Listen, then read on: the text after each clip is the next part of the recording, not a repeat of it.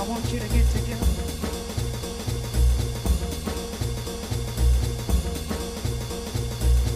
John Coleman here. Been a mortgage broker for over 17 years. Today I want to go over, well, the roadmap to buying your own home. In the previous recording, I basically went over the knowing how much you can borrow. Today I'm going to go into in more detail knowing what level of deposit you need to have and to buy your own home.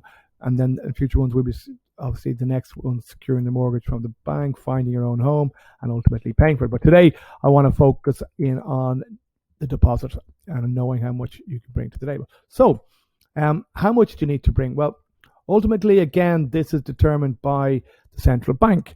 For a first-time buyer, the banks cannot lend more than 90% of the cost price. So, in effect, that will mean you will need to bring 10% of the cost price, plus stamp duty, plus legal fees. If you're buying a second-hand property, you probably need to get a survey done, which is another extra 500 to 1,000, and then there'll be a valuation of about €150 on top of that. So if you were buying a property for say between 300,000, well, you're going to need to bring at least 30,000 plus legal fees, which I would always say is somewhere in the region of about 2.5, plus another 500 for the survey. So you're kind of looking at somewhere in the region of 33 to 34,000 that you're going to need. That's before you even take into account any furniture that you might need to budget for. So I would always tell people to kind of allow for about $3,000 for that. That can be more or less depending on what you want to do, but you need to be thinking about it. So how is the deposit made up? Well, that will depend on whether you're buying a new or a second-hand property. But ultimately, it'll be made up of savings that you currently have or will be making before the purchase. If you're buying a new property, there is the help to buy scheme. You would need to check this out in advance and just go Google Revenue Online Help to Buy, and you'll get direct access to it.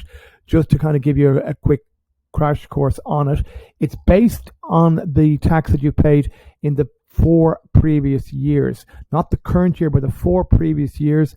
And as things currently stand, it's subject to a maximum of 30,000 or 10% of the cost price. Obviously, this is a scheme that is ongoing and could change at any point. It was only extended or was only increased based on when COVID hit us. So definitely something you need to check out in advance.